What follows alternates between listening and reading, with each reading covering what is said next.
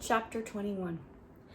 April came tiptoeing in beautifully that year, with sunshine and soft winds for a few days, and then a driving northeast snowstorm dropped a white blanket over the world again. "Snow in April is abominable," said Anne, like a slap in the face when you expected a kiss.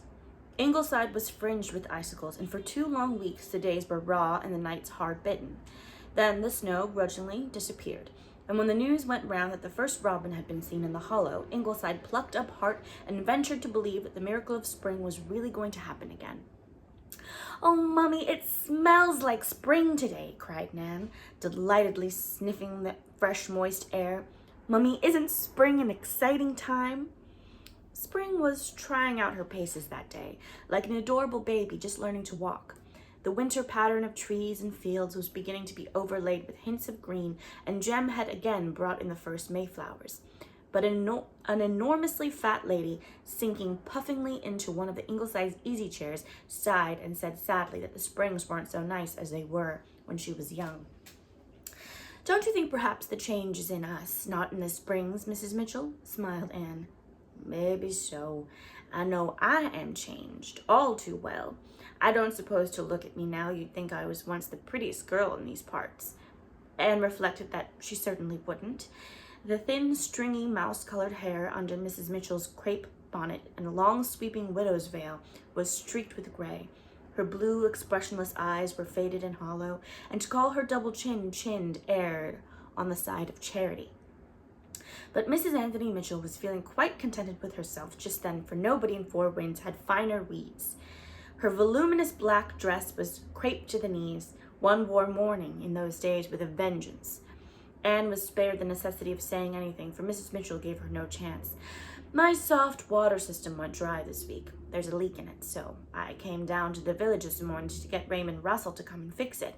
And thinks I to myself, now that I'm here, I'll just run up to Ingleside and ask Dr. Blythe to write an obituary for Anthony." "An obituary," said Anne blankly. "Yes, them things they put in the papers about dead people, you know," explained Mrs. Anthony. "I want Anthony should have a real good one, something out of the common. You write those things, don't you?" "Occasionally I do write a little story," admitted Anne, "but a busy mother hasn't much time for that. I had wonderful dreams once, but now I'm afraid I'll never be in Who's Who, Mrs. Mitchell, and I never wrote an obituary in my life." "Oh, they can't be hard to write. Old Uncle Charlie Bates over our way writes most of them for the Lower Glen, but he ain't a bit poetical, and I've set my heart on a piece of poetry for Anthony. My, but he was always so fond of poetry. I was up to hear you give that talk on bandages to the Glen Institute last week, and thinks I to myself, anyone who can talk as glib as that can likely write a poetical obituary. You will do it for me, won't you, Mrs. Blythe? Anthony would have liked it. He always admired you. He said once that when you come into a room, you made all the other women look common and undistinguished. He sometimes talked real poetical, but he meant well. I've been reading a lot of obituaries. I have a big scrapbook full of them, but it didn't seem to me he'd have liked any of them.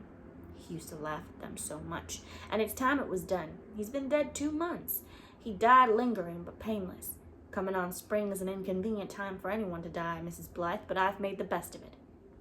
I suppose Uncle Charlie will be hopping mad if I get anyone else to write Anthony's obituary, but I don't care. Uncle Charlie has a wonderful flow of language, but him and Anthony never hit it off any too well. And the long and short of it is, I'm not going to have him write Anthony's obituary. I've been Anthony's wife, his faithful and loving wife, for 35 years. 35 years, Mrs. Blythe. As if she were afraid Anne might think of only 34. And I'm going to have an obituary he'd like if it takes a leg. That was what my daughter Seraphine said to me. She's married at Lowbridge, you know. Nice name, Seraphine, isn't it? I got it off a gravestone. Anthony didn't like it. He wanted to call her Judith after his mother, but I said it was too solemn a name, and he gave in real kindly. He weren't no hand for arguing, though he always called her Seraph. Where was I? Your daughter was saying, oh, yes, Seraphine said to me, Mother, whatever else you have or don't have a real nice obituary for Father. Her and her father were always real thick, though he poked a bit of fun at her now and then, just as he did to me. Now, won't you, Mrs. Blythe? I really don't know a great deal about your husband, Mrs. Mitchell. Oh, I can tell you all about him, if you don't want to know the color of his eyes. Do you know, Mrs. Blythe, when Seraphine and me was talking things over after the funeral, I couldn't tell the color of his eyes after living with him 35 years. They was kind of soft and dreamy anyhow. He used to look so pleading with me when he was courting me. He had a real hard time to get me, Mrs. Blythe. He was mad about me for years. I was full of bounce then and meant to pick and choose. My life story would be real thrilling if you ever get short of material, Mrs. Blythe. Ah, well, them days are gone. I had more beaux than you could shake a stick at, but they kept coming and going, and Anthony just kept coming. He was kind of good looking, too. Such a nice lean man.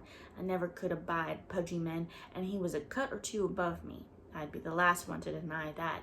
It'll be a step up for a plumber if you marry Mitchell, Ma said. I was a plumber, Mrs. Blythe, John A. Plummer's daughter, and he paid me such nice romantic compliments, Mrs. Blythe. Once he told me I had the ethereal charm of moonlight. I knew it meant something nice, though I don't know yet what ethereal means. I've always been meaning to look it up in the dictionary, but I never got around to it.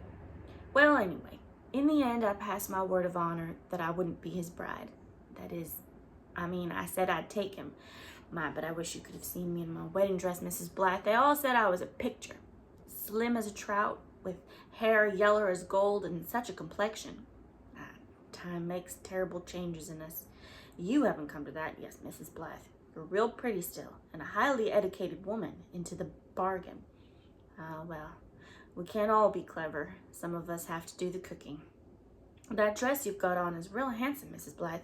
You never wear black, I notice. You're right, you'll have to wear it soon enough. Put it off till you have to, I say. Well, where was I? You were trying to tell me something about Mr. Mitchell? Oh, yes. Well, we were married. There was a big comet that night. I remember seeing it as we drove home. It's a real pity you couldn't have seen that comet, Mrs. Blythe. It was simply pretty. I don't suppose you could work it into the obituary, could you? It might be rather difficult. Well, Mrs. Mitchell surrendered the comet with a sigh. You'll have to do the best you can. He hadn't a very exciting life. He got drunk once. He said he just wanted to see what it was like for once. He was always of an inquiring turn of mind, but of course you couldn't put that in an obituary. Nothing much else ever happened to him.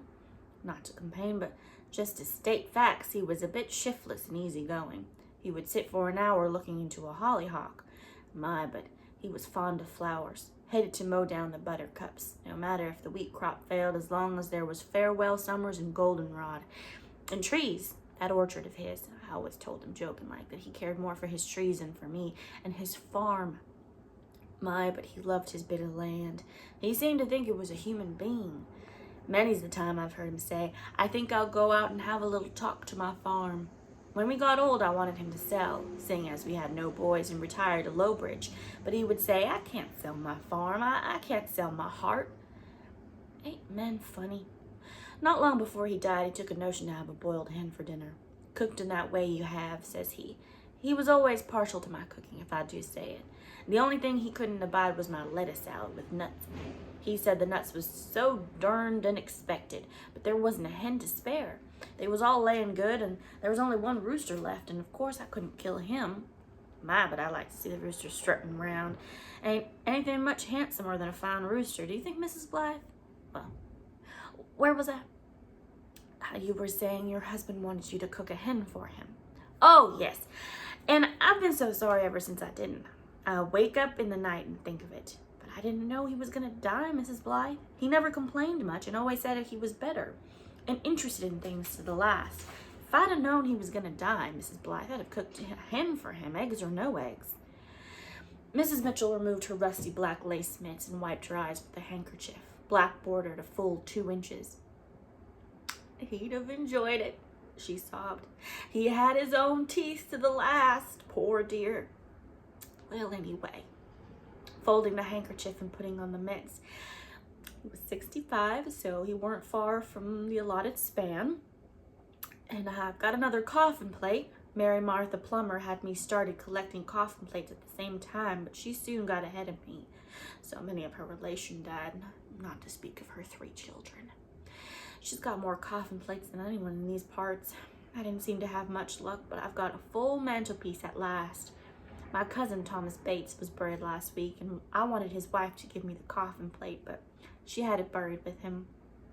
Said collecting coffin plates was a relic of barbarism.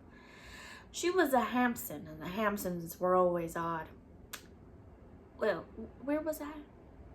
Anne really could not tell Mrs. Mitchell where she was this time. The coffin plates had dazed her. Oh, well, anyway, poor Anthony died.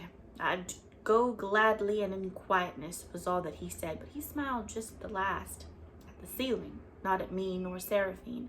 I'm so glad he was so happy just before he died. There were times I used to think perhaps he wasn't quite happy, Mrs. Blythe. He was so terrible high-strung and sensitive, but he looked real noble and sublime in his coffin. We had a grand funeral. It was just a lovely day. He was buried with loads of flowers. I took a sinking spell at the last, but otherwise everything went off very well. We buried him in the Lower Glen graveyard, though all his family were buried in the Low Bridge. But he picked out his graveyard long ago, said he wanted to be buried near his farm and where he could hear the sea and the wind and the trees. There's trees around 3 sides of that graveyard, you know. I was glad, too. I always thought it was such a cozy little graveyard, and we can keep geraniums growing on his grave. He was a good man. He's likely in heaven now, so that needn't trouble you. I always think it must be some chore to write an obituary when you don't know where the departed is. I can depend on you then, Mrs. Blythe. Anne consented, feeling that Mrs. Mitchell would stay there and talk until she did consent. Mrs. Mitchell, with another sigh of relief, heaved herself out of her chair.